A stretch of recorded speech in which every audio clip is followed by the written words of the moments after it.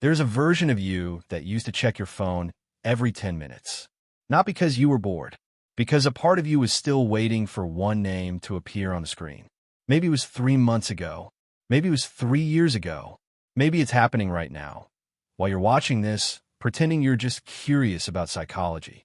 If you have ever refreshed a chat that wasn't going to update, if you have ever reread the same message until the words stopped meaning anything, if you have ever smiled in front of people while something inside you is quietly falling apart, this video is for you. Because heartbreak doesn't just break your heart. It rewires the way you think, the way you love, the way you protect yourself. And most people never realize they're doing any of this. Today we're going to talk about 10 behaviors people show after heartbreak. Not the obvious ones. Not the crying in your car. Not the sad playlists. The quiet ones. The ones you do at 1 a.m. when nobody is watching. The ones you'd never admit to your closest friend because they seem embarrassing or irrational or like proof that something is wrong with you. By the end of this video, you might recognize yourself in at least 3 of them. And that is okay, because understanding yourself is not weakness. It is the first step to healing. So take a breath. Let's begin. Imagine someone named Nora. 3 months ago, her relationship ended. Nothing dramatic. No big fight. No cheating. No villain to blame. Just a slow fade, the kind where the good morning texts get shorter, the calls get less frequent, the plans get canceled more easily. And then one final conversation that felt more like a formality than a goodbye. She remembers exactly where she was standing when it happened. She remembers what she said and what she wishes she had said instead. Since then, Nora has changed in ways she can't fully explain to the people around her. She checks her phone more than she used to, even when she knows there's nothing to check. She overanalyzes texts from friends now, searching for hidden meaning in messages that used to feel simple. She feels lonely in a room full of people, laughing at jokes while somewhere behind her eyes, she's somewhere else entirely. She replays old conversations at 2 a.m., searching for the exact moment things went wrong, as if finding it will somehow undo it. She tells everyone she's fine, but some nights she isn't. If this sounds familiar, stay with me. Because what Nora is going through has a name in psychology. Several names, actually, and together, they explain almost everything people do after heartbreak. Let's start with the first one. Behavior number 1, compulsive checking. After a breakup, many people develop something close to an addiction. Not to a person, to information about that person. Checking their social media, watching who liked their photo, waiting to see if they're online, and feeling something twist in your chest when you see that little green dot appear. This isn't weakness. It is an obsession in the way people mock it to be. This is your brain trying to complete a story that ended too soon. Psychologists call this a search for closure. Your mind hates unfinished stories. It craves an ending that makes sense, a reason it can file away and move past. So it keeps checking, keeps searching, hoping that this time it will find one. For Nora, this looked like opening an app 40 times a day without even meaning to. Her thumb would just move on its own, like muscle memory, like her hand knew something her mind hadn't caught up to yet. Pause for a second and think about this. How many hours have you spent looking for answers that were never going to come? How many nights have you spent piecing together a puzzle that the other person already put down? That's the real cost of heartbreak. Not just sadness. Time, energy, peace. Behavior number 2, idealizing the person who hurt you. This one is strange, but incredibly common. After heartbreak, people often forget the bad parts of the relationship, the arguments that left them shaking, the silence that stretched for days, the way they sometimes felt completely unseen. Instead, they remember the good moments in slow motion, the laughter, the comfort, the way it felt to be chosen by someone out of everyone else in the world. This happens because pain has a filter. Your brain protects itself by focusing on what you lost, not on what was actually happening while you had it. This is called nostalgia bias, and it is one of the cruelest tricks the mind plays on a grieving heart. Nora found herself doing this constantly. She'd remember a random Tuesday, a quiet dinner, a moment of laughter, and her chest would ache with longing. But she'd conveniently forget the nights she cried herself to sleep wondering if she mattered at all. Nostalgia bias convinces you the relationship was better than it truly was. And it makes moving on 10 times harder. Because how do you let go of something your own mind keeps painting as perfect? Behavior number 3, becoming overly independent. Some people respond to heartbreak differently. Instead of falling apart, they build walls. Tall ones with no doors. They stop needing anyone. They say things like, I don't need love. I'm focused on myself now. And they mean it, or at least they convince themselves they do. To the outside world, this looks like strength. Friends applaud it. Family admires it. But sometimes it isn't strength. It's self-protection disguised as growth. When you've been hurt deeply, vulnerability starts to feel dangerous, like a door you swore you'd never leave open again. So the mind makes a quiet decision. If I never need anyone again, I can never be hurt again. This is not always unhealthy. Sometimes independence is real healing, real growth, a real reclaiming of self. But sometimes it's armor. Heavy, exhausting armor that you wear even when there's no one left to fight. And the way to tell the difference is simple. Ask yourself, am I choosing to be alone? Or am I afraid to be close to someone again? That one question tells you everything. Let's pause here for a moment. I want you to actually sit with that question, not just read past it. Are the walls you've built protecting you? Or are they just keeping you from ever feeling anything again? There's no wrong answer. But there is an honest one, and only you know it. Behavior number 4. Overthinking every past conversation. This is one of the most painful patterns, and almost everyone who has ever loved someone deeply has lived inside it. Lying awake, replaying old messages word for word, searching for signs you missed, wondering what you could have said differently, what version of you might have made them stay, wondering if you were too much, or not enough, or somehow both at the same time. This happens because your brain is desperately trying to find the exact moment of failure. It wants a lesson, a clear cause, something so specific and so painful that it can promise itself this will never happen again. But here's the truth. Not every ending has a clear reason. Sometimes people grow apart, quietly, without either person doing anything wrong. Sometimes timing fails you, no matter how right the person was. Sometimes it simply wasn't meant to last, and no amount of analysis, no number of sleepless nights replaying old texts will ever change that. Nora spent weeks doing this, replaying the same 3 conversations over and over, convinced that if she just looked hard enough, she'd find the sentence that broke everything. She never did, because it wasn't one sentence. It rarely ever is. Pause here for a moment. If you've been replaying the same memory for weeks, maybe months, ask yourself this. Is this thinking, or is this suffering disguised as thinking? Because there is a real difference between reflecting and torturing yourself. One brings clarity. The other just brings more pain, dressed up as understanding. Behavior number 5. Seeking validation from new attention. After heartbreak, many people chase validation, often without even realizing they're doing it. New matches, new attention, new compliments from someone who barely knows them yet. Not because they're ready for something real, but because heartbreak damages self-worth in ways that are hard to see from the inside, and validation feels like proof that you're still valuable, still wanted, still worthy of being chosen. This is why people rebound so quickly after breakups. Not always for love. Sometimes just to feel chosen again, even for one night, even by someone whose name they'll forget in a month. But here's the problem.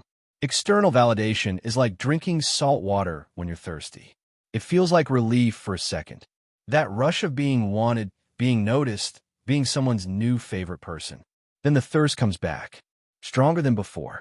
Real healing doesn't come from being wanted by someone new. It comes from feeling whole even when no one is watching. Even when your phone is silent. Even when there's no one left to prove anything to. Behavior number 6. Avoiding anything that reminds them of the relationship. Some people can't listen to certain songs anymore. The second the opening notes play, they reach for the skip button before their mind even processes why. Can't walk past certain places. Can't watch certain movies without their chest tightening in that familiar, unwelcome way. This is called emotional avoidance, and it feels protective, like you're finally in control of something. But avoidance doesn't heal pain. It just postpones it, packages it up, and stores it somewhere it will eventually find a way back out. Every time you avoid a memory, you're quietly telling your brain that memory is dangerous. And the more you avoid it, the bigger and scarier it becomes in your mind, like a shadow that grows the longer you refuse to look at it directly. Healing doesn't happen by running from memories. It happens by facing them slowly, gently, on your own terms, until they stop having power over you. Behavior number 7. Becoming hyper-aware of red flags in new people. After heartbreak, people often become detectives without ever applying for the job, analyzing every text for hidden meaning, overinterpreting every delay in response as rejection, assuming the worst before anything even has the chance to begin. This happens because trust was broken once and your mind, understandably, doesn't want it broken again. So it becomes hypervigilant, always scanning for danger, always preparing for disappointment before it even has a chance to arrive. This is called anticipatory anxiety. And while it feels like protection, like wisdom earned the hard way, it often pushes good people away before they even get a real chance. Because you're not really meeting them as they are. You're meeting them through the lens of your last pain, measuring them against wounds they had nothing to do with. Nora noticed this happening a month after her breakup. A new person showed genuine interest, kind, consistent, nothing alarming at all. And still, she found herself waiting for the catch. Waiting for the moment he'd disappear too. He never did anything wrong. Her fear just got there first. Behavior number 8. Overcompensating through self-improvement. This one is complicated because it can look exactly like healing from the outside. New haircut, new gym routine, new wardrobe, new, sharper confidence in the way they walk into a room. Sometimes this is genuine growth, a real reclaiming of self that had nothing to do with anyone else. But sometimes it's driven by a hidden question, one most people never say out loud, maybe not even to themselves. Would they still have left if I looked like this? If I achieved this? If I became this version of myself? This is called compensatory self-improvement. It's growth fueled by proving something to someone who may never even see it, may never even know it happened. Real growth happens for you, not to prove a point to someone who already walked away and isn't waiting to be impressed. If your transformation depends on someone noticing, it will never feel complete because the goalpost keeps moving further away. But if it comes from wanting a better relationship with yourself, it becomes permanent. It becomes yours. Behavior number 9. Struggling to trust their own judgment. After heartbreak, many people don't just doubt the other person. They doubt themselves. They think, how did I not see this coming? How did I choose this person? How did I miss so many signs that seem so obvious now? This creates something deeper than sadness. It creates self-distrust. And self-distrust is dangerous because it doesn't just affect love. It bleeds into everything. Decisions, confidence, identity, the way you see your own reflection. People start second-guessing everything, not just their relationships, but their choices at work, their friendships, even small decisions like what to order at a restaurant. This is why heartbreak sometimes feels like losing yourself, not just losing someone else. Because in a way, you did lose something. You lost the version of yourself that trusted her own heart without hesitation. Pause here for a second. If you've been struggling to trust your own choices lately, this might be why. It's not that you're broken. It's that pain convinced you that you can't trust your own heart anymore. But you can. You just need time and patience to rebuild that trust, one small honest decision at a time. Behavior number 10. Secretly hoping for reconciliation, even while moving on. This is the one most people never admit out loud. Not to friends, not to family, sometimes not even to themselves. Even when someone is dating again. Even when someone seems completely fine on the outside, laughing, thriving, seemingly unbothered. There is often a quiet hope buried somewhere underneath it all. A small part of them wondering, what if they come back? What if this isn't really over? This isn't weakness. This is human. Attachment doesn't disappear the moment a relationship ends, no matter how final that ending felt. It fades slowly, sometimes taking months, sometimes taking years, sometimes never fully disappearing, just quieting down over time. The problem isn't having this hope. The problem is when this hope stops you from living your life, from opening yourself to what could come next, from being fully present in the life you actually have. Healing doesn't mean you stop caring. It means caring stops controlling you. Now here's the twist. The thing that changes how you look at everything we just talked about. All 10 of these behaviors have one thing in common. They're not signs that something is wrong with you. They're signs that you loved deeply, and that pain is trying to protect you from being hurt again in the only ways it knows how. Heartbreak doesn't reveal weakness. It reveals how much you were willing to give, how fully you showed up, how much of yourself you were brave enough to hand over to someone else. The overthinking, the avoidance, the checking, the self-doubt, all of it comes from the same place. You cared, and caring always comes with risk. Nora eventually realized this too. Somewhere around month 4, sitting alone with her tea gone cold beside her, she stopped asking herself what was wrong with her. She started asking a different question instead. What if none of this means I'm broken? What if this just means I love someone, and now I'm learning how to carry that love differently? That question changed everything for her. Here is the truth most people forget in the middle of heartbreak. You're not meant to stay in this pattern forever. These behaviors are meant to be temporary responses, not permanent identities. They're the mind's emergency response system, not your new personality. The goal isn't to stop feeling. Feeling is not the enemy here. The goal is to stop letting pain make every decision for you. To stop letting a wound from the past quietly run your present. Healing looks different for everyone, and there is no single right way to do it. For some, it's silence and time spent alone rebuilding. For some, it's writing, pouring the ache onto pages until it makes sense. For some, it's therapy, having someone trained to help untangle the knots. For some, it's simply time, the slow, unglamorous, unavoidable passage of days. But healing always starts with the same step: awareness. You cannot heal a pattern you don't recognize. You cannot change a behavior you don't even know you're doing. That's why understanding these behaviors matters so much. Not so you can judge yourself for having them, but so you can finally see them clearly. Because once you see them clearly, they lose some of their power over you. The compulsive checking becomes something you notice and can choose to pause.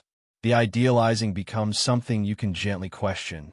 The overthinking becomes something you can interrupt instead of something that controls your nights.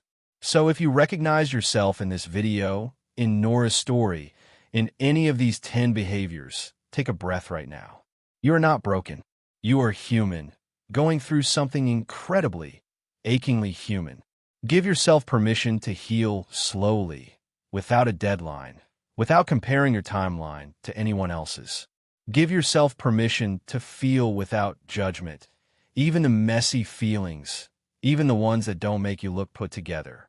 And give yourself permission to trust that one day, and it will come sooner than you think, this pain will not feel this loud. The checking will slow down. The memories will soften. The self-doubt will quiet. And one morning, you'll wake up and realize you didn't think about them first thing, and that will be the proof you've been waiting for.